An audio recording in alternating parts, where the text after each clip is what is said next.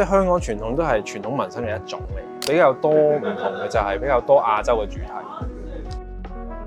啲形態都比較偏向可能近似廟宇嗰啲圖案。以前上一輩啲紋身化咗啊嘛，咁佢哋就中意個 look， 即係啲老紋身嘅感覺。咁但係有時佢哋個處理手法就係佢哋想啱啱紋完嗰下就係嗰個 look， 所以就用好粗嘅線去做翻化出嚟嘅效果。嘿，大家好，歡迎回到 Inside， 我是 Leon。我現在其實才剛剛下班，但是我馬上又要趕去見一個紋身師。這個紋身師他是一個之前主要在墨爾本工作的香港紋身師，然後他最近過來了阿德萊德這邊做駐店，但是他只會待3到4天的時間，所以我想趕緊抓住這個機會來找他聊聊天，然後很幸運他答應了。我跟他是約在了一個酒吧見面，然後我現在馬上就要到了，但其實我現在挺緊張的，說實話，不是因為採訪，而是因為最近安和他的家人出去旅行，然後這條片會完全由我一個人進行拍攝，但是其實我對拍攝其實不是很在行，希望不會搞砸吧。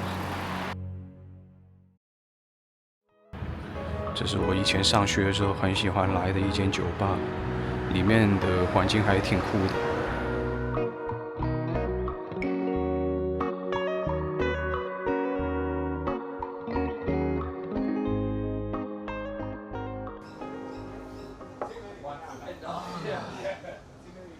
咁好開心啦！今日可以邀請到你過嚟同我傾下偈咧。咁可唔可以請你先介紹下自己先？我叫 John， 就香港嘅紋身師係啦，就主要做係香港傳統紋身。OK， 所以你做咗幾多年紋身？我15年開始學，但係就真係正職做紋身，可能做咗大概8年時間到。學徒大概做咗3年。即係呢3年你淨係學，係啦，係唔幫人做？都有做嘅，但係稱唔上全職。咁我之前我喺 YouTube 度睇過啲片啦，即係講嗰啲香港傳統紋身嘅嗰啲學徒同埋師傅嗰啲關係啦。唔知你係咪咁樣咧？就係你哋一開始係要有啲好基礎嘅，可能清潔做起啦。即係你其實都係跟住個傳統嘅香港師傅。我師傅做寫實嘅，但係後尾先慢慢同幾個差唔多年紀嘅紋身師想做翻呢種風格出嚟。所以你嗰陣時一開頭你就同佢講話，我想學香港傳統紋身，定係話你其實一開始純粹學紋身嘅啫，冇話。大部分人學紋身都未知自己想做咩住，有時都睇市場。有時你想做啲嘢，個市場冇興趣嘅，咁你都冇得做。其實我有啲好奇，香港而家成個市場係點樣咧？紋身嘅人多唔多？同埋啲去紋身嘅人，佢哋偏向係紋呢種風格比較多。香港暫時就寫實同日本嘢比較多，但係香港本地人就唔係好多紋身嘅。係啊，但係反而我喺香港住嗰陣時就一半遊客，一半本地人。OK， 即係有啲人係專登過嚟香港就係紋身，類似個手信咁。咁你覺得即係西式嘅傳統紋身同埋香港嘅傳統紋身有咩唔同？即係對於我嚟講咧，我可以睇到嘅就係香港傳統係一定受到西式傳統嘅影響。係啲顏色啊，或者嗰啲 topic 啊。不過你又好難話，究竟邊度唔同咁？其實即係香港傳統都係傳統紋身嘅一種嚟，比較多唔同嘅就係比較多亞洲嘅主題，啲形態都比較偏向可能近似廟宇嗰啲圖案，或者可能係即係可能以前港式漫畫嗰啲風格都會影響到。係啦，咁如果西方啲嘢就比較多西方啲嘅元素咯，即係可能有基督教嘅圖像啊，或者可能係美國卡通嗰啲或者漫畫嘅角色啊。咁香港就比較多亞洲嘅元素喺入面，但其實都係好類近嘅。的確，因為好多時候傳統風格以前大部分嘅客人都係水手，咁水手係周圍走噶嘛，咁好多香港會做嘅紋身，最後都會大部分都係外國人身上。咁佢哋翻去可能英國啊、澳洲之後，啲紋身師又會攞咗嗰啲圖案嚟再變一變，所以係類似一個 family tree 咁咯。澳洲紋身都有好多圖案，其實喺香港度嚟，調翻轉都一樣，係啊。有時香港紋身啲圖案都有啲澳洲圖案喺入面，因為佢哋個客源都係英國、澳洲、美國人。但慢慢就去到少咗水手喺香港之後，就個客源就轉為咗古惑仔，咁啲圖案就更加偏向中式少少。其實提起你啲紋身咧，我覺得有一個人就一定都要提起嘅，就係 Yuki， 我嘅朋友。係。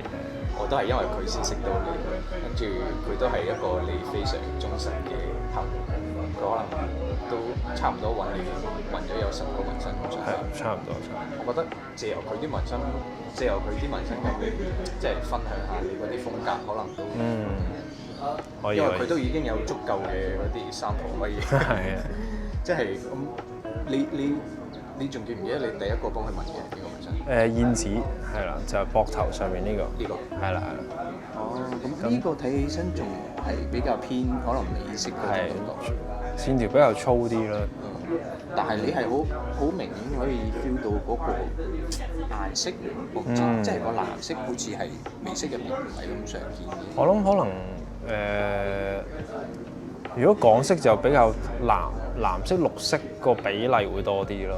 OK。係啊，通常可能如果美式就紅色、黃色、綠色，主要係呢3種。但係如果後期我就慢慢轉得比較啲線條幼啲，跟翻以前香港啲路線。啊，的確，我覺得線條都係一個你可以 feel 到嘅唔同嘅地方。因為美式嗰啲線條，佢美式一個最經典我覺得咧最經典嘅一個元素就係佢嗰啲線條係好薄、好 thick 嗰種感覺。但係粗線嘅 old school 其實都係近呢10年嘅嘢。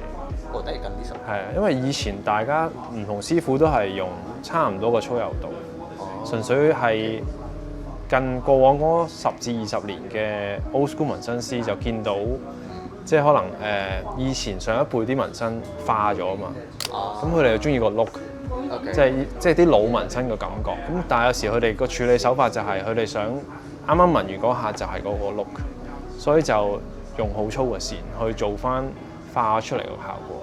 哦，係啦，所以即係以前依家啲紋身師即係如果做美式 old school 咧，佢哋嘅線條係嗰個粗度係同以前係差好遠。如果你睇翻啲舊一輩，就算美國啲相啲線條都係有。係啦，但可能依家佢哋點解會咁做係，可能見到老一輩嘅40年之後啲紋身化咗，佢哋中意個 look，所以先會刻意去營造呢種感覺。OK。係啊，所以可以話粗線嘅 old school 係一種比較新嘅演繹方式嚟嘅。OK。係啦，哇，真係幾高，即係原來佢哋係為咗模仿嗰種舊嘅感覺，係咯，舊嘅感覺。但係呢種風氣慢慢依家。慢慢過之後，啲人就覺得，咦，好似做出嚟都係比較似依家嘅 old school，即係我哋呢一輩嘅紋身 old school 紋身師就想，我哋真係想做翻原本嗰個原汁原味嘅效果，啲線條就開始慢慢變翻幼，所以基本上你見 Yuki 之後紋，我幫佢做啲嘢都慢慢偏向幼線少少。咁就呢個燕子係第一個，咁個蝴蝶係第二個，係，跟住就係呢個蝙蝠，係。呢個蝙蝠喺西式好似入邊，西式入邊好似就比較少啲。係個元素比較亞洲少少咯，即係啲煙啊、太陽啊，同埋如果外國啲紋身，即係美式啊、英式啊，比較注重黑色嘅 shading。係啦，港式嗰啲通常用顏色去，主要係比較多色彩，少啲黑色，同埋線條會多啲。的確。係啦。另外一個我記得我好 impress 嘅就係呢條路，佢好中意呢條路，佢同我提起咗好多次。呢個就係以前你可能睇國仔啊，或者咩同埋呢一種龍嘅配飾其實好似廟宇入面。如果你睇翻新加坡或者台灣嘅廟宇，佢哋啲色系通常都係咁，有一個白色嘅背脊，跟住鱗片、肚腩。背脊啲毛有第二種色嘅，紅色嘅額頭都比較偏中式嘅龍。如果係咯，咁佢呢個線條咧有冇乜講究？即係佢可能咁樣彎成咁嘅角度。同？都係跟翻以前廟宇嘅圖案。啊，OK。咁同日式嘅龍個圖個形態都好唔同。通常日式嘅龍通常都係3隻爪嘅，係啦，即係爪嘅數目係得3隻。哦，係啊。係啊，即係嗰啲指甲。OK。係啊，咁啊港式通常就或者中式咧就4至5隻。4至5隻。係啦。同埋就係佢近期呢啲係咪全部都係你問嘅定係？個心同燕子唔係咯，但係鯊魚同架船係。OK。呢兩個就應該係佢最新嘅。係啦。呢種運法都係好舊式水手會咁做。哦。係啦。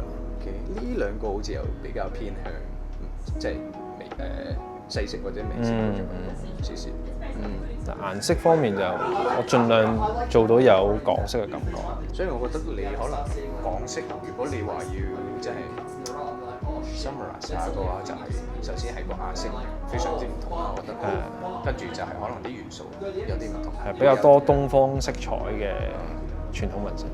OK， 同埋就係個線條嘅嗰個粗幼。係。咁講咗人哋嘅紋身咁多，我諗都係時候介紹下你啲紋身啦，方唔方便咧？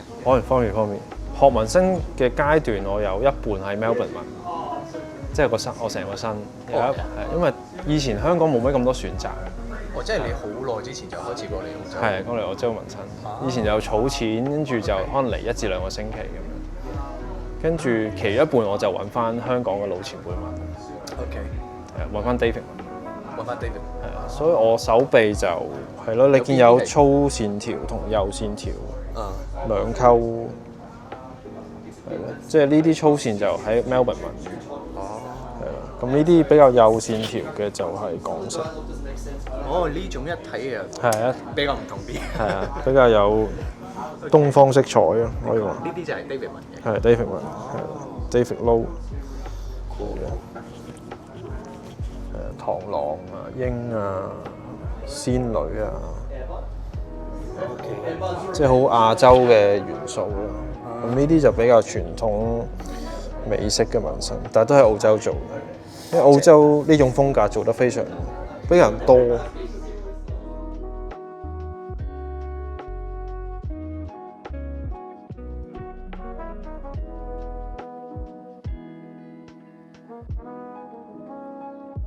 但係即係呢啲就Melbourne 嘅老前輩 Johnny Dollar 做。呢個係 Johnny Dollar。係，但係你見到係幼線，所以老一輩嗰啲係個線條係比較偏幼。的確。呢個都係 Johnny Dollar。OK。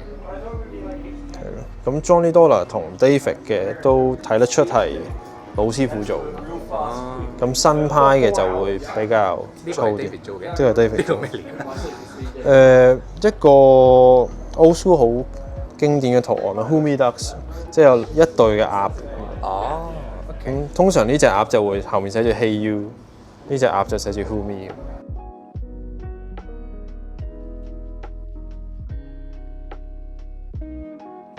咁你有冇邊個紋身你覺得係最特別或者你最中意咯？如果最中意嘅就可能係都係 David 紋。港式嘅鷹，個色彩又同美式嘅好唔同咯，同埋個 detail 都比較多。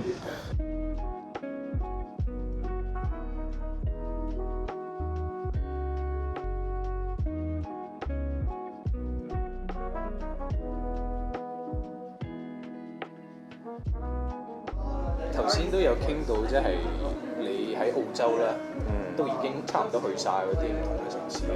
跟住我喺 IG 都見到你仲去過日本啦，係咪？係。跟住澳洲同埋歐洲，你好似都去過。歐洲英國嗰啲咯，係。英國。咁你都算係去過好多唔同嘅國家紋身。咁你覺得呢啲國家嘅紋身文化有咩唔同咧？即係你有冇 feel 到啲可能？即係東方嘅國家同西方國家就會有啲嘢唔同。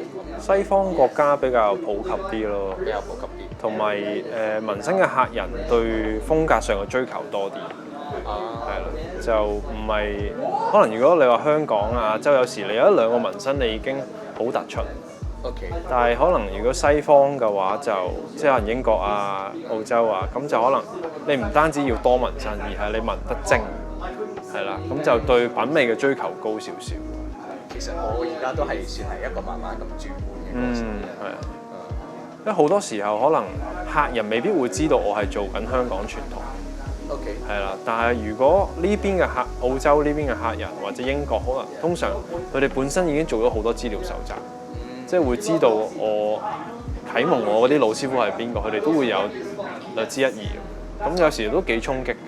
OK。即係可能唔係從事紋身行業嘅人都會對我做緊嘅嘢好有認識。即係可能我知道邊個 Pinky， 知道邊個 Ricky， 但可能佢只係一個沖咖啡嘅女仔。OK， 即係喺英國或者係澳洲。係啦，咁就少啲咯，即係亞洲就少啲。但係東京都多嘅，東京都多好刁鑽嘅客人，即係對呢個品味上比較多追求嘅客人。即係港式嘅傳統紋身其實都有受到日本嘅影響。係。但係好似而家日本身又好反對紋身，所以其實好矛盾。我唔知你嗰陣時喺日本嘅感受究竟係點？應該話比較多日本比較多地下文化。地下文化。係啦，就subculture。係啦，咁就我覺得如果淨係睇香港嚟講係少啲嘅，咁可能始終生活壓力大嘅，有時大家未必有呢個空閒去追求呢啲嘢。但係日本可能尤其是東京啦，一直以嚟都係地下文化嘅聚集地。係啦，都唔淨止係紋身嘅，音樂又係好多唔同時裝，所有嘢都係嘅。係啦，咁同樣 Melbourne 啊、Sydney 啊都比較多地下文化。咁大家就會變相都係一種喜好嚟㗎嘛，但係對呢種喜好嘅追求比較大啲。係咪都係因為呢個，所以你先會離開香港，跟住出嚟唔同嘅地方睇下？因為以前就算我長住香港嗰陣時，我每隔2個月都會去一個 trip 嘅。2個月就係啊，去一個 trip 係啊，因為始終淨係靠香港本地嘅客人唔係好夠。OK。係啦，所以就要多啲出去做嘢，同埋同唔同嘅紋身師交流咯。咁先會有進步。咁其實都係可能同個市場嘅 size 有關。係一定。同埋有時去得多外國，慢慢就香港都會多咗遊客，因為佢哋會聽翻佢哋自己本地嘅紋身師介紹翻。咁有時我香港嘅遊客人都係唔同地方嘅紋身師介紹翻嚟，係啦，所以就有幫助。咁你目前嚟講，即係你話你除咗香港最中意澳洲咧，你有冇諗過喺澳洲長期咁留喺度咧？或者定係話你可能始終都係要翻香港？翻就一定要翻嘅，但係睇下個 working holiday 係1年定係2年定係3年咯。係啊，都可以延長嘅，但係睇情況咯呢啲。OK，你而家係第幾年啊？第一年。咁仲有。仲有。我仲有機會。唔係啊，可能以後要飛翻香港。唔係，我之後都會 keep 住翻嚟嘅。OK。咁你頭先都提到話你下個月係要去 Sydney， 係跟住喺嗰邊會留喺 Sydney 2個月。2個月。係啦，之後就 Perth 2個月。OK，咁你要唔要分享下，即係你之後喺 Sydney 嘅安排喺邊度紋身啊？喺 King Street Tattoo。King Street Tattoo。係啦，就係 Newtown 嘅。OK。咁 Perth 嗰邊就之後再定。咁即係如果啲人想揾你嘅話，就去嗰個 King Street Tattoo 係。King Street Tattoo。或者 IGDM。OK。死啊！點解中意紋身？點解中意紋身？我覺得紋身喺藝術方面，你係無論做嗰人同俾人紋嗰個人都要着緊嘅一樣嘢。即係可能你睇戲、聽音樂或者你買衫，你未必着緊嗰件衫係咩，因為你可以換。但紋身你就冇得唔去研究下咯，我覺得。即係你既然因為你搣唔甩㗎嘛，或者你要搣甩都要花好長嘅時間，所以我覺得紋身呢種藝術就比較貼身啲咯，同埋比較人同人之間比較有種聯繫咯。即係你個作品係會陪嗰個人好耐，係啊，我覺得喺藝術方面算比較有趣咯。Thank you. Thank you.